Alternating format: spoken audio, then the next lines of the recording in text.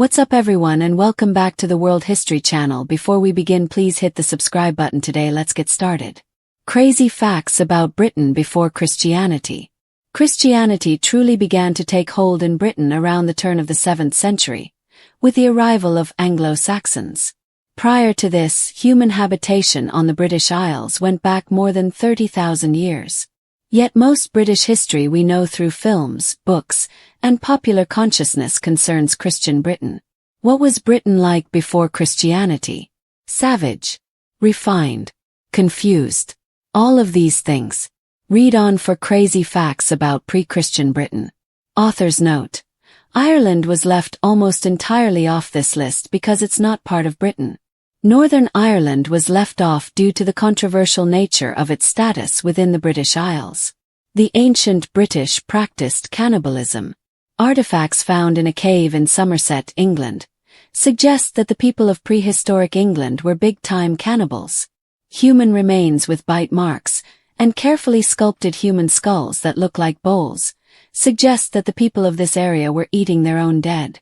The practice seems to have been primarily practical. Why let good meat go to waste?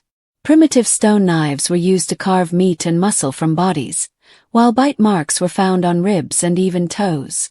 Humans were murdered in brutal sacrifices. Well-preserved bodies found in bogs suggest human sacrifice in pre-Roman Britain. These bodies exhibit brutal wounds. One was hit so hard in the back of the head, skull fragments went into his brain and his teeth broke. His throat was then slit. Even though Roman writings also mention human sacrifice, it's not clear whether the Romans actually understood what they were talking about beyond descriptions of the actual killings. The Wicker Man is real. Druids performed all manner of rituals in Britain, including, according to Roman sources, human sacrifice. One form of Druidic human sacrifice entailed building a large hollow man out of wicker, filling it with human tributes, and then lighting it on fire. A large structure made of wicker wouldn't just collapse if filled with the weight of human bodies, according to some scholars, who contend that the Romans made up the story about the Wicker Man containing human sacrifices. The Druids simply burned an effigy of a man as an offering to gods. The oldest human remains in Britain are of a young shaman covered in red paint. The Red Lady of Paviland, actually the remains of a young man covered in red ochre body paint, who was probably in his 20s when he died, are the oldest human remains yet found in Britain, at 34,000 years old. The Red Lady was buried along with various artifacts in a cave in Gower, Wales. The nature of the burial makes the site the oldest ceremonial burial ground in Western Europe.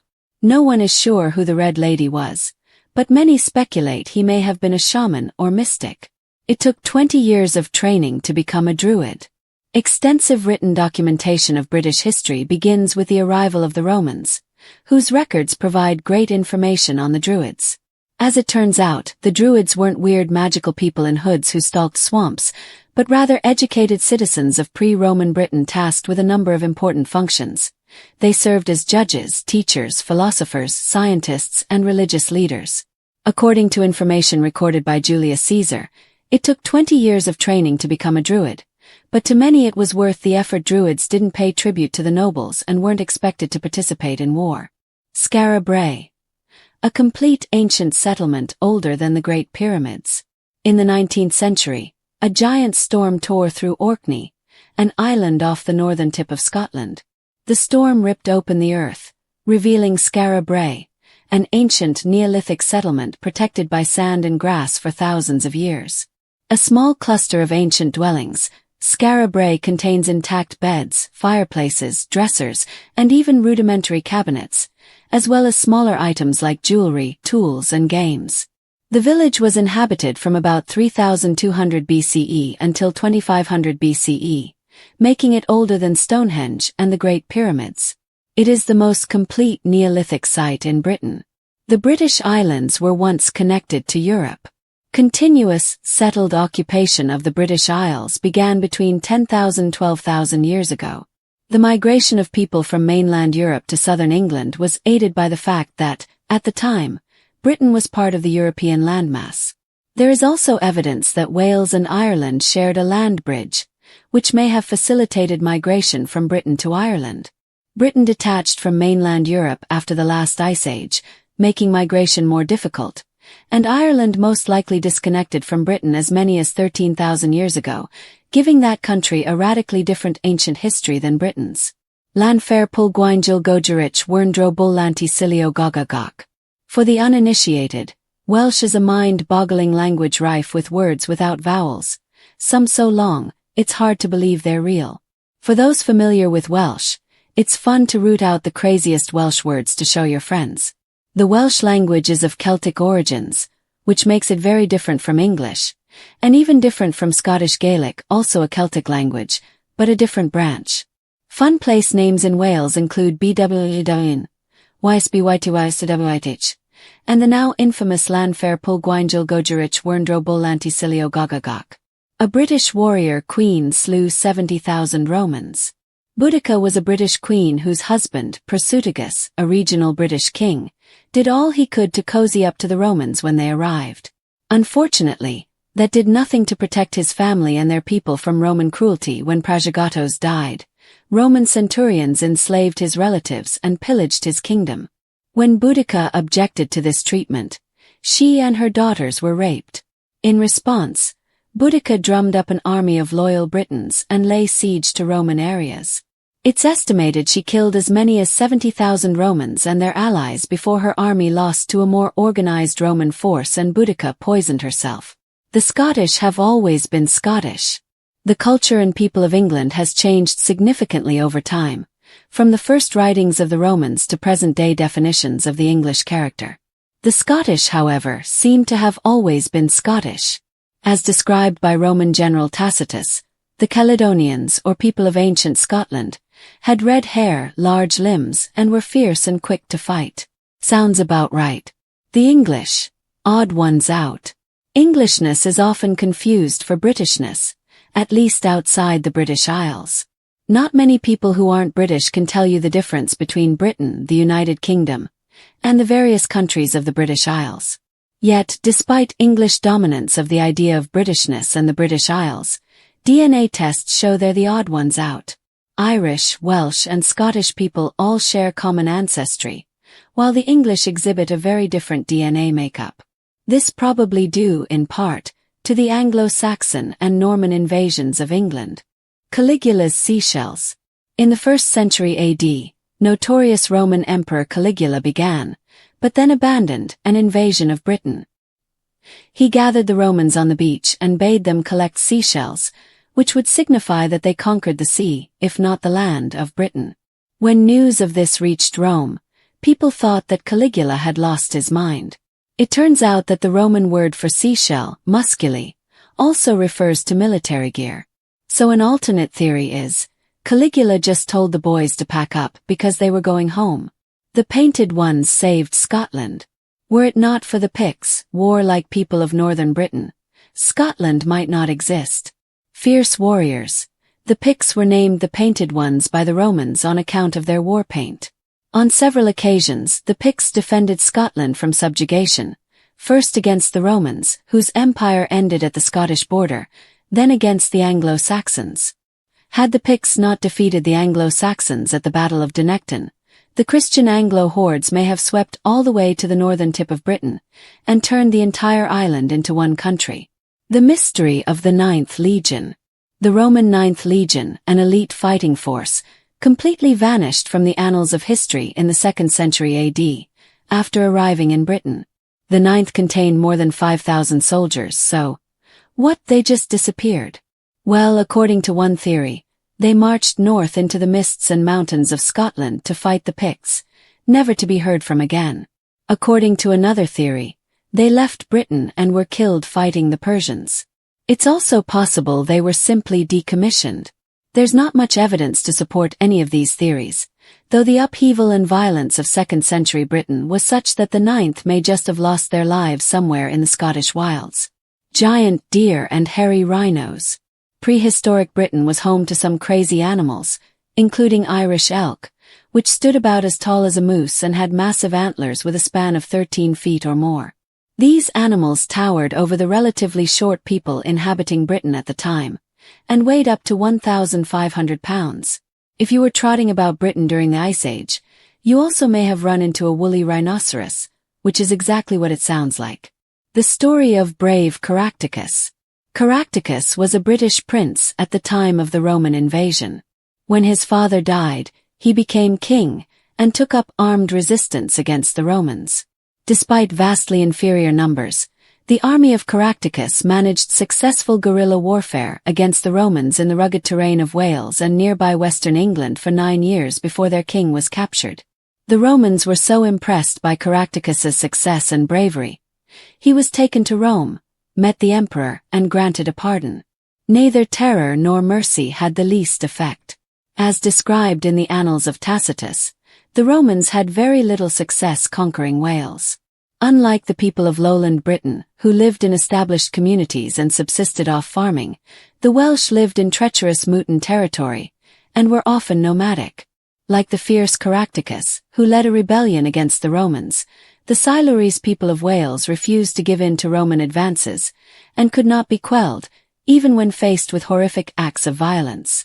Tacitus suggested the only possible way to control Wales was to move in enough Romans to colonize the area and outnumber the locals. The Antonine Wall. The last frontier. Hadrian's Wall, built upon the first Roman invasion of Britain, is often acknowledged as the northern frontier of the Roman Empire. In fact, the Antonine Wall, built after and further north than Hadrian's Wall, holds that distinction.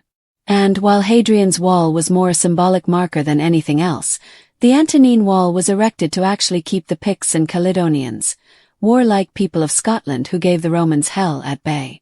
The people of Britain were never Celtic. The descriptor Celtic appears a lot in histories and cultural studies of Britain, and yet, as it turns out, Celtic is nothing more than a language family. The people of Britain were not any more Celtic than the people of Latin America are Spanish. In the 18th century, a theory arose among historians that a great Celtic or Gallic invasion of Britain happened at some point in prehistoric times. Turns out this never happened. Instead, countless peoples migrated to Britain over a period of thousands of years, and some of those groups, those who spoke Celtic languages, for instance, happened to dominate others. 30,000 years of mysteries. Britain's recorded history begins with the Romans' arrival in 55 BCE. As we know from the Red Lady of Paviland, Britain was inhabited 30,000 years before this, which means that several hundreds of generations of human history in the British Isles comes down to guesswork based on surviving artifacts. If nothing else, this means that not a single thing we know about pre-Roman Britain is certain. It might be very educated guesswork, but it's guesswork nonetheless. The historical legacy of the Druids. Even though the Druids vanish into history, they are still a part of more than one legacy. In Ireland, Druids maintained their status and power until Christianity arrived. Though they lost their rights as religious leaders at this time, the Druids survived as historians, judges, and poets, contributing to the storied history of Irish letters. It's also theorized that the Druids descended from an ancient Indo-European priesthood, and are the Western cousins of Hindu Brahmins from the Indian subcontinent. Christianity truly began to take hold in Britain around the turn of the 7th century, with the arrival of the Anglo-Saxons and their subsequent conversion efforts, often backed by Roman missionaries such as Augustine of Canterbury. Yet before the influence of Christian doctrine reshaped the British Isles, the land that would become Britain was home to a variety of peoples, cultures, and practices stretching back tens of thousands of years. Most narratives of British history focus heavily on Christian monarchs, Reformation debates, or Victorian values, leaving the vast pre-Christian past in the shadows. What was Britain like before Christianity? And what customs, beliefs, and social systems defined this land in the mists of antiquity? Continue reading for a wild look at the bizarre, brutal, and captivating world of pre-Christian Britain, home to spiritual Druids, cannibalism, sacrifice, and enigmatic monuments. To begin, cannibalism was not uncommon among the ancient British. In a cave system in Somerset, archaeologists discovered human remains bearing clear evidence of flesh removal, cracked bones, and cut marks that suggest ritualistic cannibalism.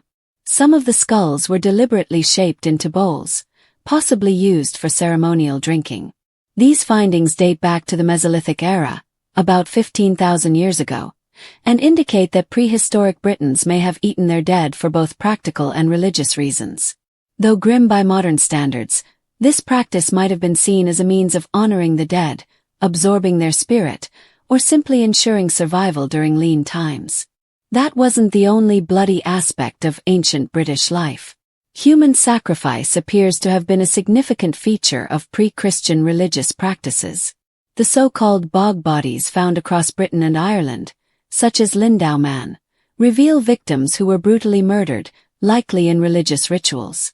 Many of these bodies display signs of the triple death, a ritual execution involving 3 methods of murder: strangulation, blunt force trauma, and throat slitting. These highly symbolic killings may have been offerings to appease the gods or to sanctify a location or event. One particularly disturbing but iconic pre-Christian ritual, at least according to Roman chroniclers, was the burning of human sacrifices inside a massive structure known as the Wicker Man. Allegedly employed by the Druids, this towering figure of woven wood was filled with condemned criminals or prisoners of war and then set alight. While some historians argue this may have been Roman propaganda aimed at discrediting the Druids, the persistence of the story in ancient writings, as well as artistic depictions, suggest it may have at least a grain of truth. Whether literal or symbolic, the Wicker Man endures as one of the most haunting images of pagan Britain. Speaking of Druids, these enigmatic figures were not merely mystical forest dwellers in flowing robes, as modern pop culture often suggests. They were highly educated elites who functioned as judges, advisors, philosophers, scientists, and religious leaders. Becoming a Druid required rigorous training lasting as long as 20 years, mostly oral due to the Druids' aversion to written language. This preserved the mystery and sanctity of their knowledge, while also making them invaluable cultural custodians in an illiterate society. Druids held enough power to influence kings and command armies, and their role extended beyond mere religion to encompass governance and law. The British Isles also boasted incredibly advanced prehistoric architecture. Skara Brae, located on the Orkney Islands of Scotland, is among the best preserved Neolithic settlements in Europe. Unearthed in 1850 after a violent storm revealed its structures, Skara Brae dates back over 5,000 years, making it older than the Great Pyramids of Giza and even Stonehenge. The site contains a cluster of stone homes complete with beds, hearths, shelves, and drainage systems. The level of sophistication on display suggests a society far more advanced than previously assumed and challenges the notion that pre-Christian Britons lived in primitive huts or roamed as nomadic tribes. Indeed, at the dawn of human settlement in Britain, the geography itself looked very different. During the last ice age, much of northern Europe, including what would become the British Isles, was covered in glaciers. As the ice receded, sea levels were lower, and land bridges connected Britain to continental Europe. One such landmass, known as Doggerland, once connected Britain to the Netherlands and Denmark. It allowed for the migration of Mesolithic peoples into Britain, and it remained habitable until it was gradually submerged around 6,500 BCE by rising seas.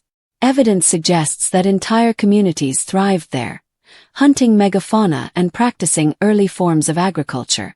In the realm of language and culture, pre-Christian Britain was rich and diverse. The early Britons spoke various Celtic languages, and the remnants of these tongues survive today in Welsh, Cornish, and Breton. Welsh, in particular, stands out for its complex orthography and bafflingly long place names. Consider the village of Llanfairpwllgwyngyl Gogerich Werndro Bolantisilio Gogagok, which not only turns heads but also reflects the lyrical, descriptive nature of the language. These Celtic tongues, though marginalized after successive invasions by Romans, Saxons, and Normans, have seen revivals in recent decades and are treasured components of British heritage. Before Roman domination, the British Isles were divided among various tribal kingdoms, each with its own chieftains and customs. One of the most famous figures from this era is Boudica, the warrior queen of the Iceni tribe. Following the death of her husband, King Prasutagus, the Romans annexed his kingdom, flogged Boudica, and raped her daughters. Enraged, she led a massive rebellion against Roman rule, destroying several Roman settlements and reportedly killing as many as 70,000 Romans and collaborators. Though eventually defeated, Boudica became a symbol of British resistance and is still celebrated as a national heroine. The Scots, or rather their ancient predecessors the Caledonians and Picts, were equally formidable. Roman general Tacitus described the Scottish Highlanders as red-haired, physically imposing, and fiercely independent. Despite multiple attempts, the Romans never fully conquered Scotland, and their eventual retreat behind Hadrian's Wall marked the limit of their expansion. The enduring culture of the Scottish people, their language, and their warrior ethos have strong roots in the pre-Christian era, resisting assimilation and preserving traditions through oral history and clan identity. DNA evidence also sheds light on the complex ancestry of Britain's ancient peoples. Genetic studies reveal that the populations of Ireland, Wales, and Scotland share more in common with each other than with the English, who have stronger genetic ties to Germanic peoples due to the Anglo-Saxon and Norman invasions. This means that the so-called Celtic fringe of the British Isles maintained greater continuity with ancient British populations, while the English identity was shaped more by continental incursions. This adds a new dimension to the idea of Britishness, complicating the simplistic conflation of English with British. Even religious and spiritual life in pre-Christian Britain was far from monolithic. The people worshipped a pantheon of deities linked to natural forces and local landmarks. Sacred groves, springs, and mountains were thought to be inhabited by gods or spirits. Archaeological finds suggest that votive offerings, such as jewelry, weapons, and food, were routinely deposited in lakes and rivers. Stone circles and megalithic structures like Avebury and Stonehenge may have functioned as religious sites, astronomical calendars, or burial complexes, or all of the above. The spiritual worldview of the ancient Britons was deeply tied to the land, emphasizing cycles of nature, ancestor worship, and the interconnectedness of all living things. Despite the dominance of Christian narratives in modern accounts, the legacy of pre-Christian Britain endures. Its myths and folklore, from the Arthurian legends to fairy lore and seasonal festivals like Samhain, precursor to Halloween, have persisted through cultural transmission. Elements of pagan traditions were even co-opted by Christianity, evident in holidays such as Christmas and Easter, which align with solstices, equinoxes, and fertility rites. In conclusion,